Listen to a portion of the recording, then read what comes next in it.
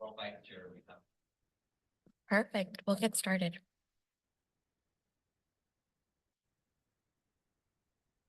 Vice Chair, the meeting is now being recorded. I would like to call the regular meeting of February 12th, 2024 to order. Let's stand to say the Pledge of Allegiance.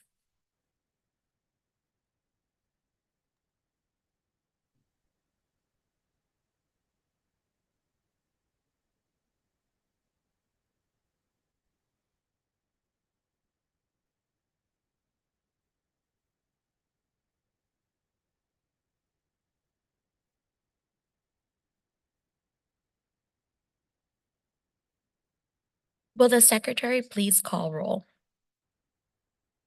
Commissioner Benninger, Present. Commissioner Escamilla, Here. Commissioner Leo, Commissioner Ramos, Present. Commissioner Wu, Here. Vice Chair Oliva, Here. Chair Pham. Vice Chair, quorum has been reached at 5:34. Before we begin, I would like to remind my fellow commissioners to turn your microphones on when speaking and off when non-speaking. And when speaking, please place the microphone about 4 inches away from you. Thank you. Members of the public may attend Planning Commission meeting in person or virtually via Zoom. I will now invite the Commission Secretary to describe the way the public can access and participate in this meeting. This meeting is being live streamed via our portal at www.sana-ana.primegov.com/public/portal and to YouTube at www.youtube.com/City of Santa Ana videos. If you would like to provide public comment, you may do so in the following ways. Join the meeting via Zoom, enter meeting ID number 896-6735-7790. When the item that you would like to comment on is being discussed, select the hand icon to let us know you would like to speak. You will be called upon by the name you entered. You can also join the meeting by calling 669-900-6833. Enter meeting ID number 896-6735-7790. When the item that you would like to comment on is being discussed, press 9 to let us know you would like to speak. You will be called upon by the last 3 digits of your phone number. After you're called upon, you may press 6 to unmute yourself. For those who are attending this meeting in person and would like to provide public comment, please fill out a request to speak form and turn it into the secretary. All speakers will have 3 minutes to speak. I will alert you when your time is up. Moving on to public comments on non-agenda or non-public hearing items. Secretary, does anyone wish to speak on any non-public hearing items? If you're attending this meeting in person and would like to comment on non-agenda or non-public hearing items, please fill out a request to speak form and turn it into the secretary. If you are participating via Zoom and would like to comment on non-agenda or non-public hearing items, please select the hand icon and unmute yourself. If you are calling in and would like to comment on non-agenda or non-public hearing items, please dial 9 and then 6 to unmute yourself. I will wait for a few seconds. We do not have any speakers. Moving on to the consent calendar. Is there a motion to approve item A, minutes from December 11, 2023, and item B, excused absences? I move. I second. Secretary, please call roll, please call for a roll call vote. Commissioner Benninger, Aye. Commissioner Escamilla, Aye. Commissioner Leo, Commissioner Ramos, Aye. Commissioner Wu, Aye. Vice Chair Oliva, Aye. Chair Pham. Motion approved by majority vote with Commissioner Leo and Chair Pham absent. That concludes the consent calendar items. Moving on to the public hearing. I will now review the process for the public hearing so that everyone knows what to expect. Staff will provide a presentation and answer questions from the commission. The public hearing will be opened. The applicant will be given the opportunity to speak, limited to 15 minutes. Members of the public will be given the opportunity to comment, limited to 3 minutes. The applicant will be given the opportunity to respond to comments made by the public, limited to 5 minutes. The public hearing will be closed. Discussion will return to the commission with formal action taken to approve, deny, or continue review of the application.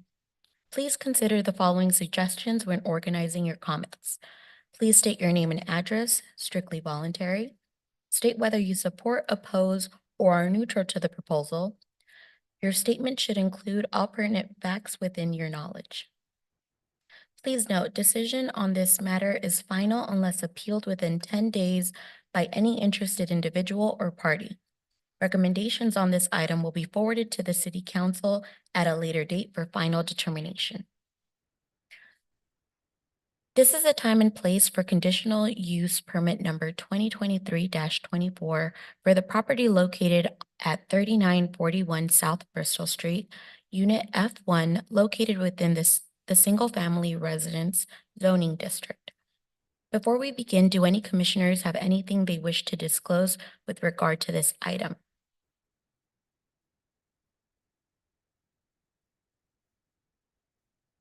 Being none, Matthew Kilroy will now provide a brief presentation. All right, thank you. Good evening, members of the Planning Commission. Thank you for welcoming me. To sum up this item before you,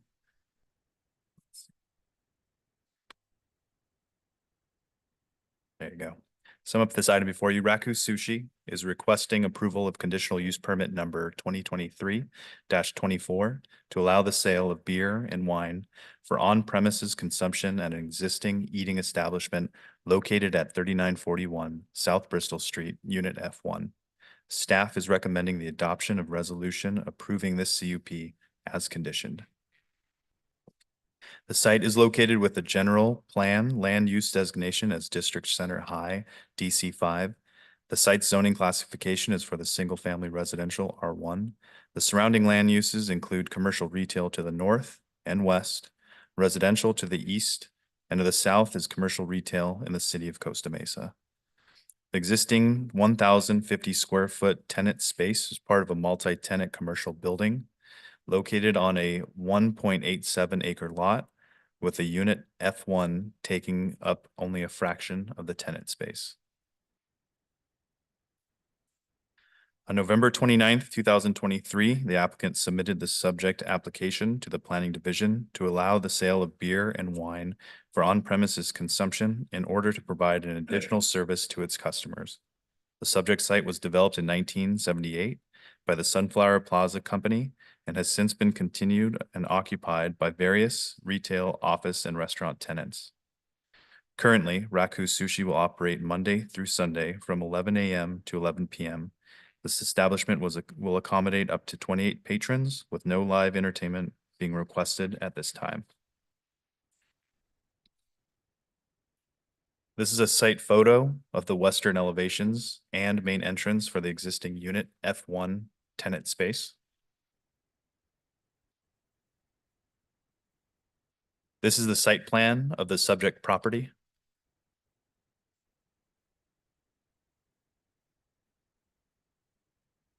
This is the floor plan. As shown, the alcohol display will take up a small fraction of the floor space, 23 square feet, which is less than the allotted 5% maximum.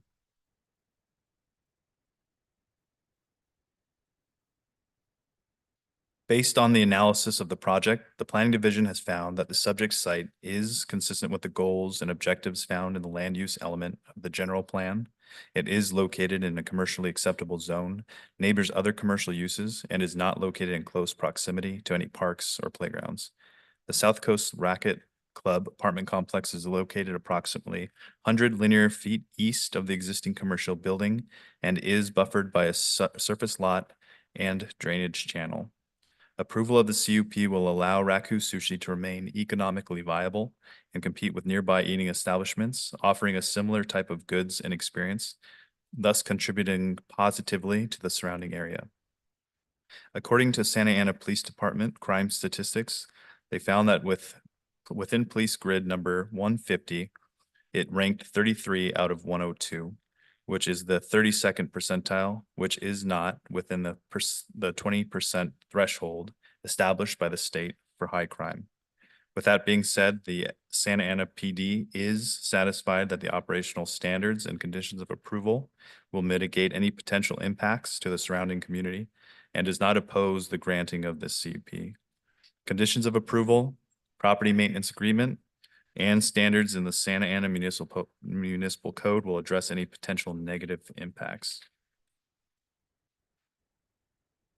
In accordance with the California Environmental Quality Act, CEQA, and the CEQA guidelines, the project is categorically exempt from further review, and there's no fiscal impact associated with this action.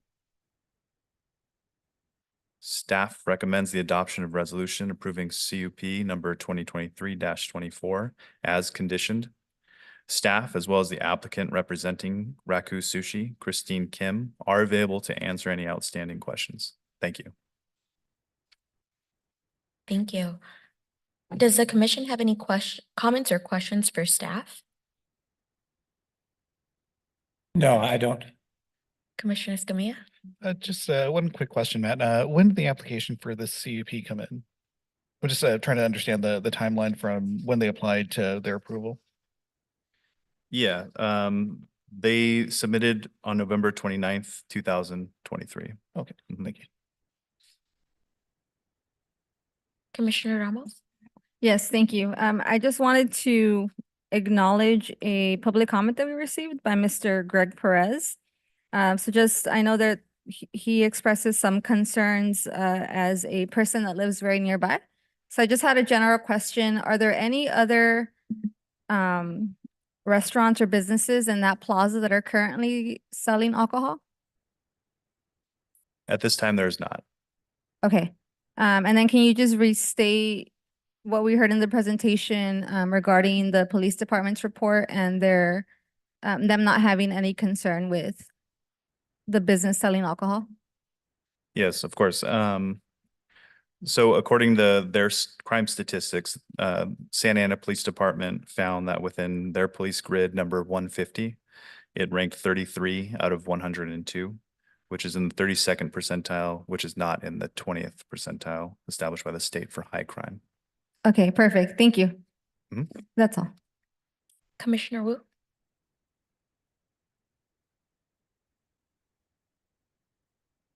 Basically, if it conforms with zoning, that's mainly what we're looking at, right? And in terms of the environmental factors, we don't look at much to do with alcohol sales there with the environmental factors, do we? Yeah, so it is a established eating establishment. So it's zoned for this to be upgraded to having ABC license. So neighborhood perception is one of those things that is not literally looking at, you know, can the city ever set standards like when enough selling alcohol is enough? My favorite question, I'm sorry. Give me the famous answer. Thank you, Commissioner Wu. The city's municipal code has standards for when alcohol is too much, but that applies to off-sale licenses. The city has certain criteria for even precluding individuals from applying for off-sale, like stores, when they're within 1,000 feet of certain uses or whether they're within a certain distance of each other. For on-sale, because of the state and cities, most cities have different criteria for smaller restaurants like Raku Sushi wanting to sell beer and wine, or larger restaurants that sell beer, wine, and hard liquor. There's more operational standards in the code instead that speak to any business that sells alcohol for on sale.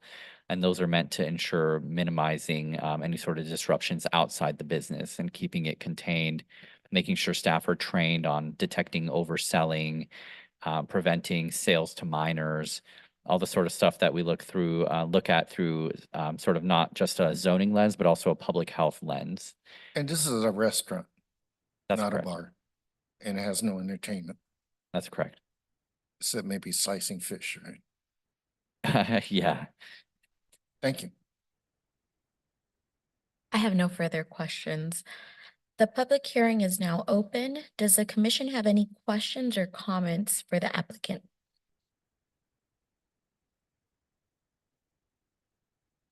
I don't have any questions. Is the applicant even here? That's what I was gonna ask right now. Is the yeah. applicant here? The applicant is available via Zoom. Okay, Perfect. yeah, no questions. Commissioner Benninger, did you have a question? I really want, I didn't think about until now, but the zoning for this area is single family. And there's anything but in that area. So maybe this is one of those areas we need to look down the road for changing because behind it is a bunch of apartments the other side, of the creek. Yeah, thank you, Commissioner. This, like many other parts in the city, there was no zone change done when they were approved for commercial uses. So we even had a robust conversation internally today as part of the zoning code update about making sure these inconsistencies are comprehensively addressed as part of the zoning code update. Commissioner Ramos? Yes, just one question for the applicant. Does the applicant have experience with ABC licenses, just any prior experience? Yes, currently the applicant owns several other restaurants and they do have a few other licenses, beer and wine. Great, thank you. Commissioner Wu? No further question. I have no further questions as well. Recording Secretary, have we received any written communication, or is there a member in the audience, a member of the public that would like to comment on this item? We have received public comment prior to the 3:30 deadline. It has been published online and distributed to the commission. If you're attending this meeting in person and would like to comment on this item, please fill out a request to speak form and turn it into the secretary. If you're participating via Zoom and would like to comment on this item, please select the hand icon and unmute yourself.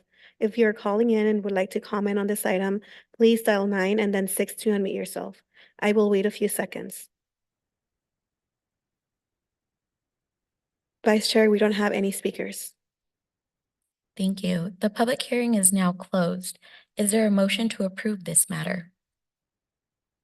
I will make the motion to approve this CFU. Motion by Commissioner Benninger, I'll go ahead and second. a second by Commissioner Escamilla. Secretary, please call for a roll call vote. Commissioner Benninger, Aye.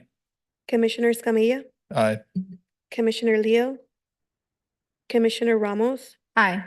Commissioner Wu, Aye. Vice Chair Oliva, Aye. Chair Pham. Motion approved by majority vote with Commissioner Leo and Chair Pham absent. Thank you. That concludes the business calendar. Moving on to staff comments. Planning Manager, Ali, I cannot say your last name. I am so sorry. Has a brief presentation.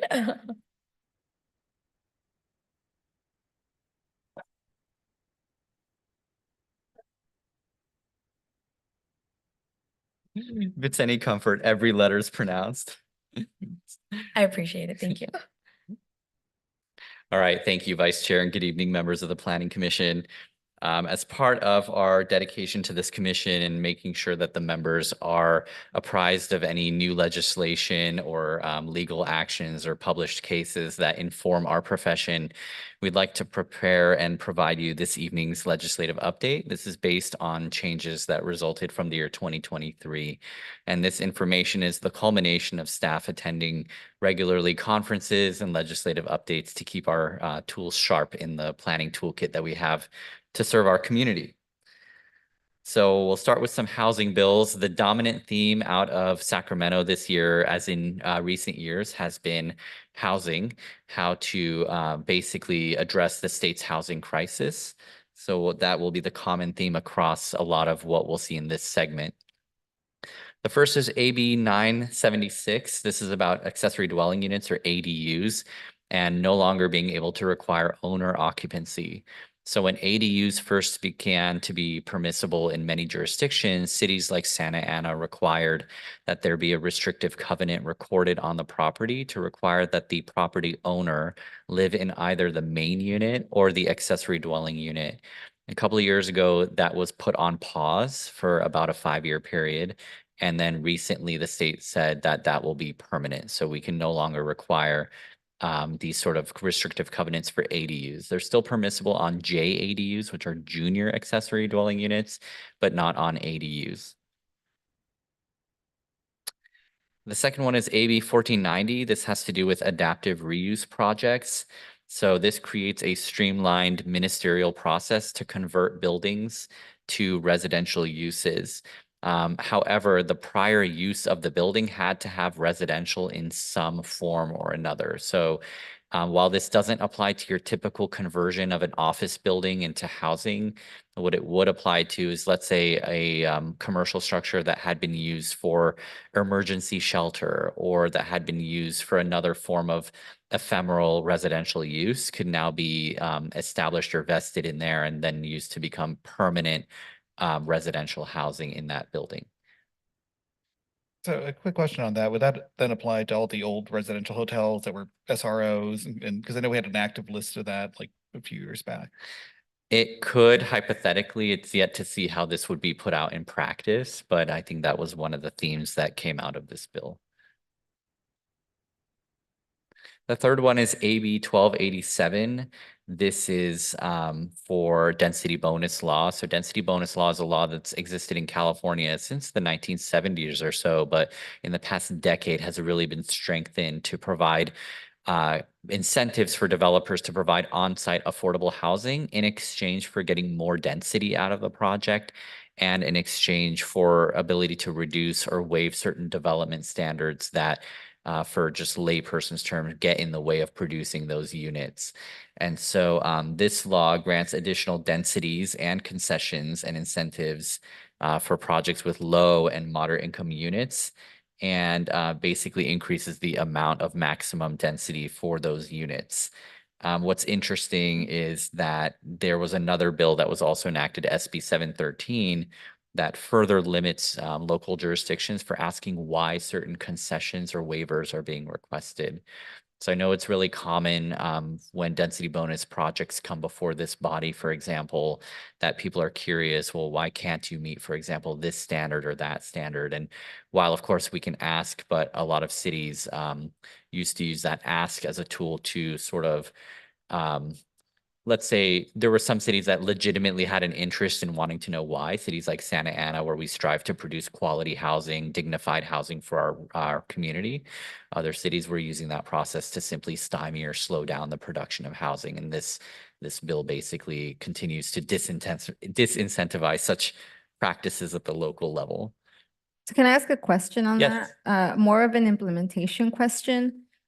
I guess at what point, so like if a project started their application before the law went into effect, I guess like my question is at what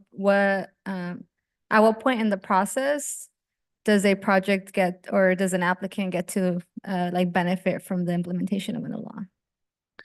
Typically, many bills that come out of Sacramento are not retroactive. So they, if they meant to apply to existing or pending applications, they normally expressly state so. And this one does not. If a developer were in a situation where a new piece of legislation like this would benefit them, hypothetically, one could withdraw their application and resubmit. Okay. And is that something that you've seen happen?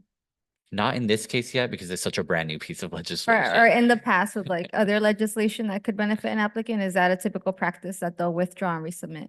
It happens occasionally where applicants learn of new or better practices and decide to make that decision. Okay, thank you. Sure.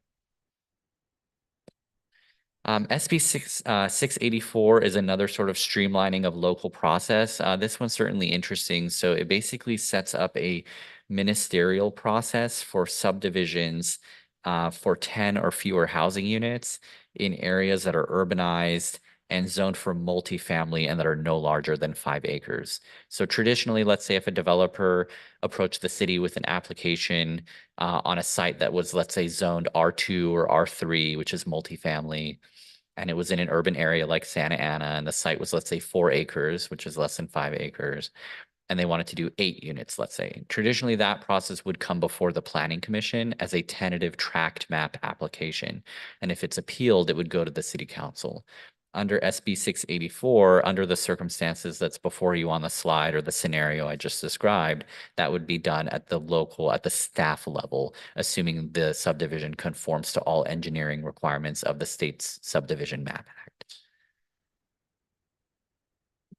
SB 423 is a streamlined process for multifamily housing developments. So basically, a lot of us have heard of the builder's remedy.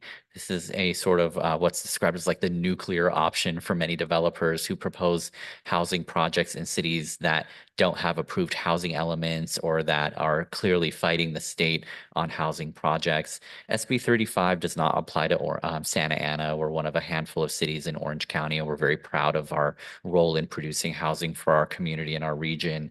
But for cities that are not as stellar as Santa Ana and are subject to SB 35, this bill basically recasts and extends the builder's remedy for that process to continue there. AB 821 is another planning and general plan zoning ordinance bill that's meant to deal with inconsistencies between general plans and zoning code. So in many cities, for example, there may be a general plan that has one land use category, but then the zoning has another sort of zoning designation. And when that situation exists, it now requires the local agency to resolve that inconsistency.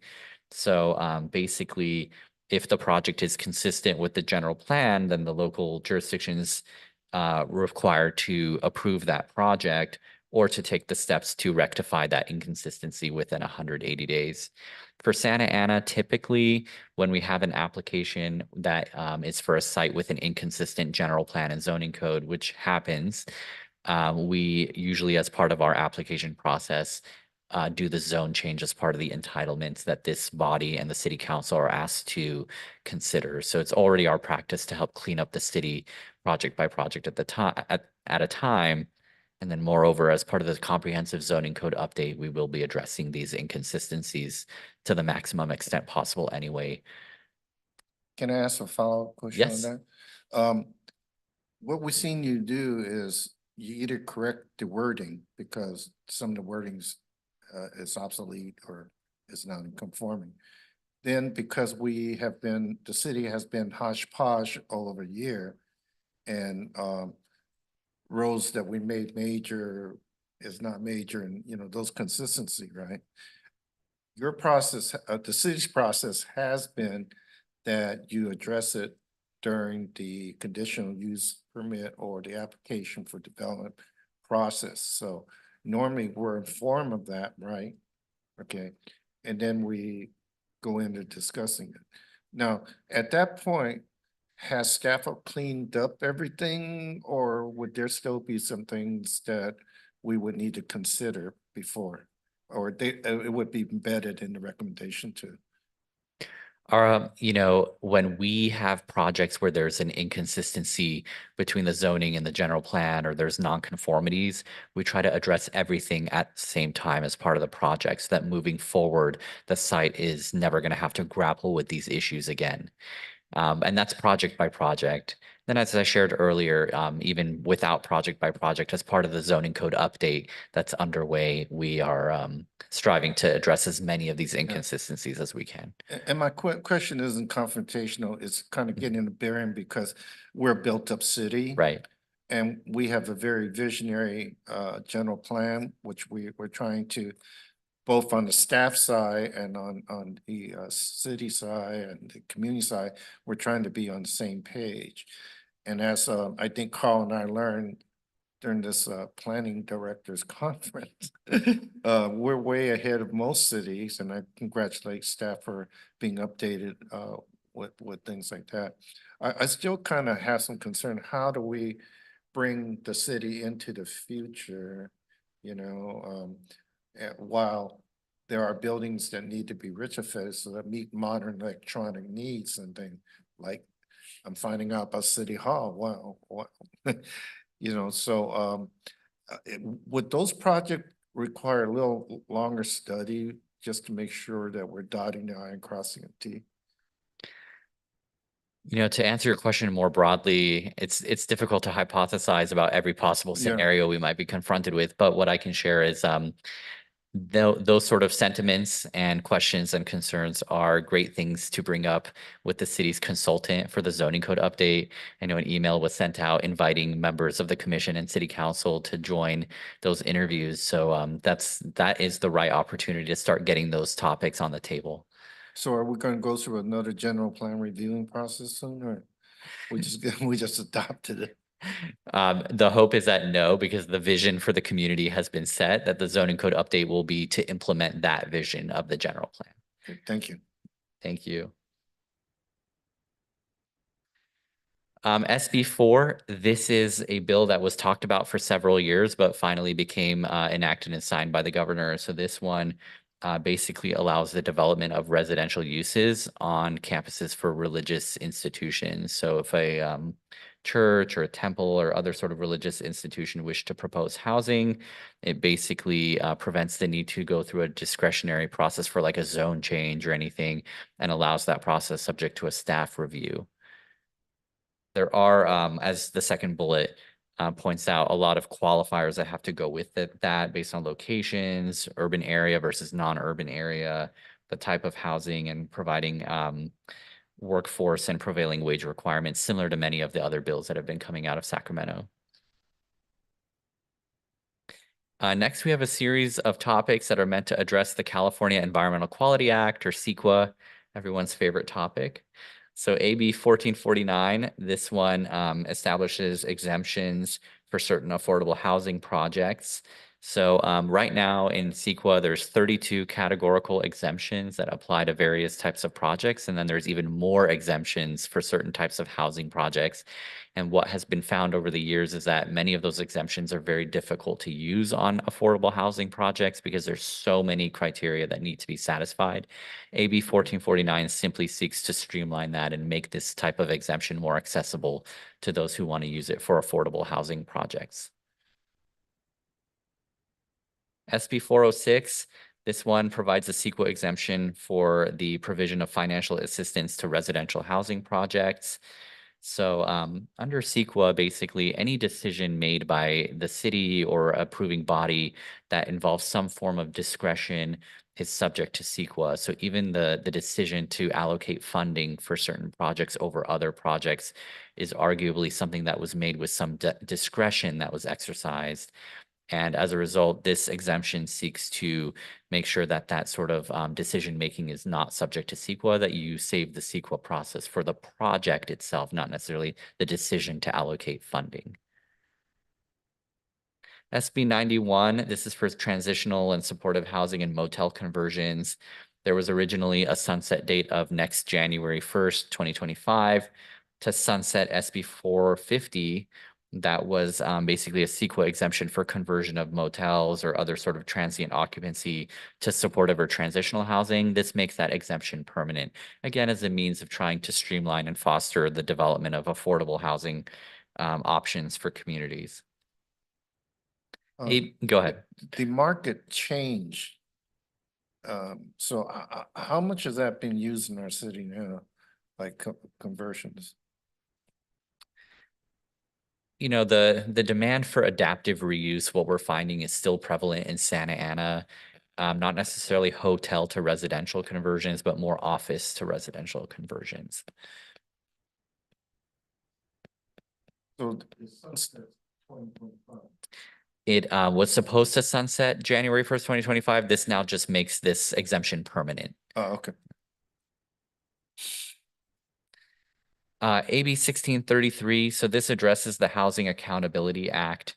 So the Housing Accountability Act is a bill or a law that basically sets very high standards for cities when reviewing housing projects, like the number of hearings that can be held, or the process for denying a residential project. And basically, similar to what I was describing with an earlier bill, this is simply a tightening up of that language to make sure that the process for disapproving a housing project is crystal clear and everyone knows what steps and what findings need to be made to deny a residential project. And then lastly, these are the most entertaining ones for me, but these are legal cases that were published. I'm sorry to steal the spotlight from our assistant counsel, Jonathan Martinez, who's filling in for Jose this evening. But some of these are just so interesting to describe that I thought I'd share them with the Planning Commission this evening. So the first one is Arcadians for Environmental Protection versus the City of Arcadia. So this one resulted when a homeowner obtained approvals to add to their single-family home in Arcadia. And the neighbors were not too pleased by that addition. The owner just wanted some extra space for their house. So the addition was approved and a lawsuit was filed basically saying that the use of the Class 1 CEQA exemption was not good. CEQA exemption Class 1 is for existing facilities, like a single-family home that wants to have some alterations, let's say. The opponents appealed and said it should have been an EIR. And so what this court case basically settles for now is that it's not just good enough to go to court and say this should have been an EIR. You actually have to state specifically why the exemption is not the appropriate tool. And it's like a two-step, and state why an EIR is required. Because that seems to be a common theme in a lot of the sort of appeals that are received at the local level is, there's a disagreement with the type of environmental document that's done. And so a lot of the appellants will say it should have been an EIR, which is like the most drastic form of environmental documentation. So you not only must say why the exemption was not appropriate, but why it specifically has to be an EIR, why it can't be, for example, a mitigated negative declaration or a Class 15183 exemption. So there's so many different options in CEQA besides just EIRs. This one really kind of is meant to hone that in. So basically what it boils down to is you must show your work. You can't just throw up the flags. You actually have to prove with data why an EIR is required when you try to challenge the use of an exemption. Well, these are single family dwelling in a community where people were buying or building little mini mansions, right? From what I understand, Arcadia was known for that for some time. Yeah. So the kind of thing that one neighbor might complain about the other neighbor impacting the environment is that your second story building now shadows over mine, and that creates. But then how does the jurisdiction look into that in terms of the environment? Boy, that's a lot of weed looking, right? Okay, but it's on the complainer. Okay, That's right. That's what it boils down to. It's up to the complainer to basically prove and show their work. Why is an EIR required? Okay. The second one is even more colorful. Lucas Sorry, v. Ali, City of. just one question, Ali. Yes, please. Sorry, on that one, when is that required? Is that required as part of the appeal or part of the request for administrative relief from the court? If you are seeking to challenge the environmental document for the project, then that's when this applies. Lucas v. City of Pomona, this was an interesting case. So the City of Pomona adopted an overlay zone where cannabis uses would be permissible, and a property was excluded from that overlay zone. And an owner of that property that was excluded from the cannabis zone really wanted to be in the cannabis zone. So upon not being successful in that endeavor, then challenged the use of the CEQA 15183 exemption, saying, well, they didn't do their environmental right. They should reevaluate their environmental, and therefore maybe the city will pause and consider my property in the cannabis overlay zone. Well, what this resulted in was not a favorable outcome for that owner. Instead, he challenged the use of a certain type of exemption, which is basically an infill exemption when a project or an effort is consistent with an overall community plan or general plan, then this is that type of exemption. And just for reference, this body has approved this type of exemption before on like a warehouse project and on more recently the Vista Heritage expansion with the outdoor play area that went to City Council. This is a relatively newer exemption type that's being used more and more because of its sort of like establishment of consistency with a general plan. And so in this case, the court simply upheld that yes, it's okay to use this type of exemption if it meets all the requirements for it and is simply consistent with its general plan. And the last two come from our friends at the City of Los Angeles. So the first is Pacific Palisades Residents Association v. City of Los Angeles. This was an 82-unit elder care facility that was proposed in Pacific Palisades. And the city has a set of zoning ordinances, just like Santa Ana, and architectural requirements and standards and guidelines, just like Santa Ana.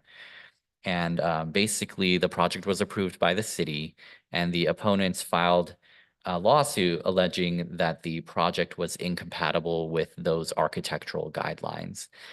And the courts sided with the city and their interpretation of those codes and guidelines, basically saying that a lot of deference is given to the local agency and its decision-making bodies when establishing consistencies with its zoning and its design guidelines, design standards, and all that. So literally what this boiled down to was the neighbors weren't happy with the architectural style. The city felt like the architectural style was okay, and the opponents filed a suit based on the architectural style. But more importantly, the underlying outcome here is that a large degree, again, of deference is given to the local decision-making body and staff when interpreting their codes, their ordinances, all that. But conversely, in United Neighborhoods for Los Angeles v. City of Los Angeles, this one was a project that would have replaced 40 rent-stabilized apartments with a new hotel.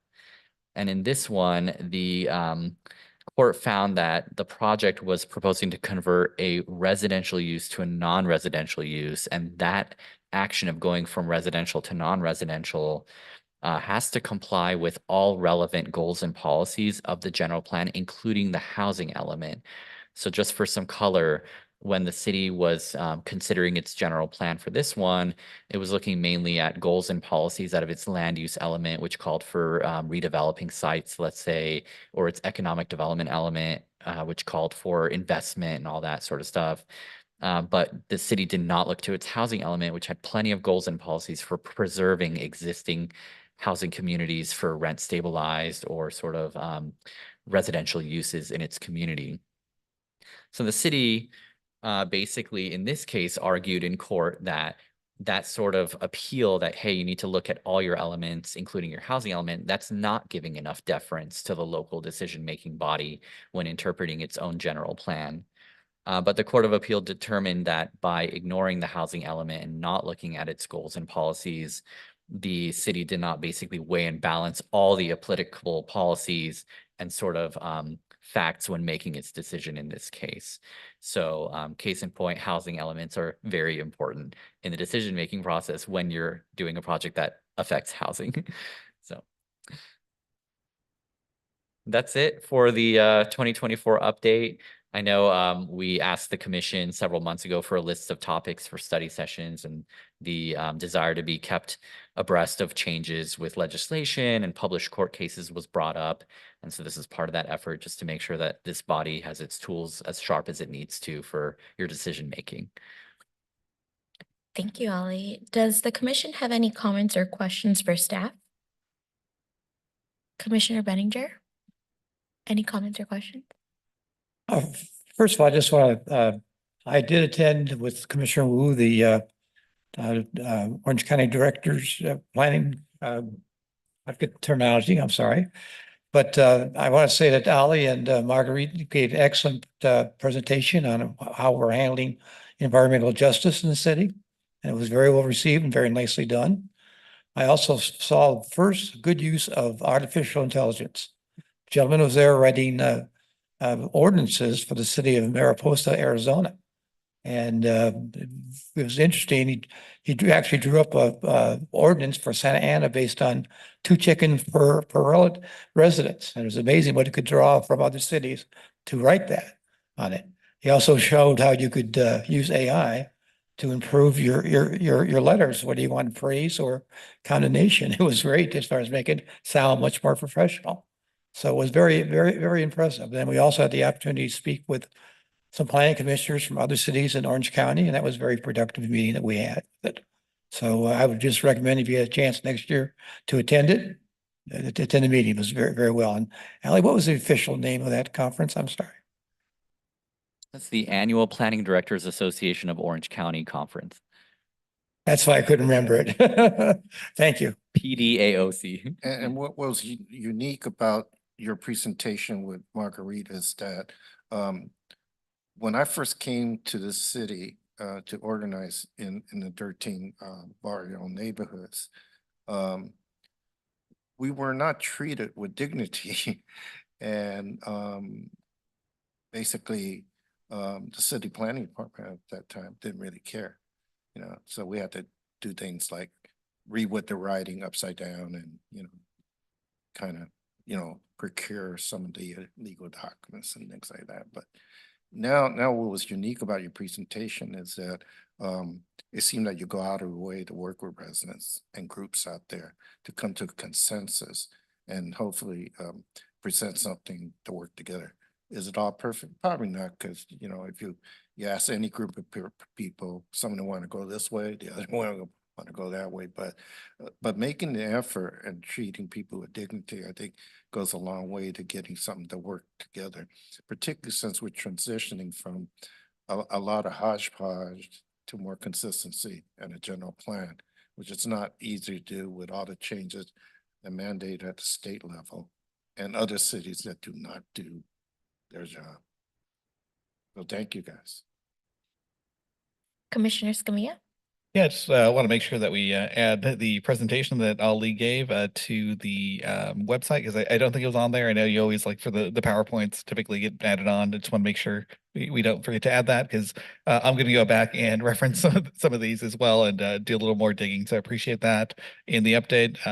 It sounds like I missed out on a really fun presentation of the PBAOC. Yeah, so it would have been nice to go, but couldn't make it. I'll try to make it next year. And just appreciate the updates. Yeah, and it was at the Nixon Library. Commissioner Ramos? Yeah, I just want to say thank you, staff, for the great presentation. I think I was one of the commissioners that requested this. And then I'm sure you're already going to do this, but I would also just like to request that when we see an item, when an item comes to us where one of these new bills applies, if you could just gently remind us at the beginning. I know you've done that in the past, and it's really helpful to know to what extent our comments are relevant or not. Thank you. Commissioner Wu? I have nothing else to add, but just grateful that we're in a new year and happy Chinese New Year to y'all. Gong hei fa choi. And this year of dragon, so it should be good. Hopefully a certain person won't get elected and democracy will hold steady. Get out and vote. Oh, yeah, sorry. That was not a call to vote. There we go. I have no comments or questions. But I will say, you know, thank you for the presentation. I think these are questions we always have, and the clarification just, it really does help. And I agree with Commissioner Ramos, if we can just get those gentle reminders of when these new laws take into effect and how we should be referring to things that are presented to us. Does staff have any closing comments? I would just like to take a moment. First of all, thank you for your comments. And secondly, to introduce Jonathan Martinez. He's with our city attorney's office, and he'll be filling in for a few meetings in the foreseeable future, while our esteemed colleague Jose Montoya is off to support his wife as she brings in their second child into the family imminently. So we all sent him the best, but we're in very good hands with Jonathan as well. Turn on. Thank you for having me. I look forward to working alongside this body over the next couple months. And if you have any questions or anything, I can leave my email address. Ollie has it. And it may not be me at every meeting, but I certainly expect to be here often. So thank you. We try not to cross the line, but we sometimes forget. So please feel free to jump in there like Commissioner Ramos did. I mean, we do appreciate it. Yeah. Are there any closing comments from the commissioners? All right, well, next meeting will be held on February 26, 2024 at 5:30 p.m. in this council chambers, and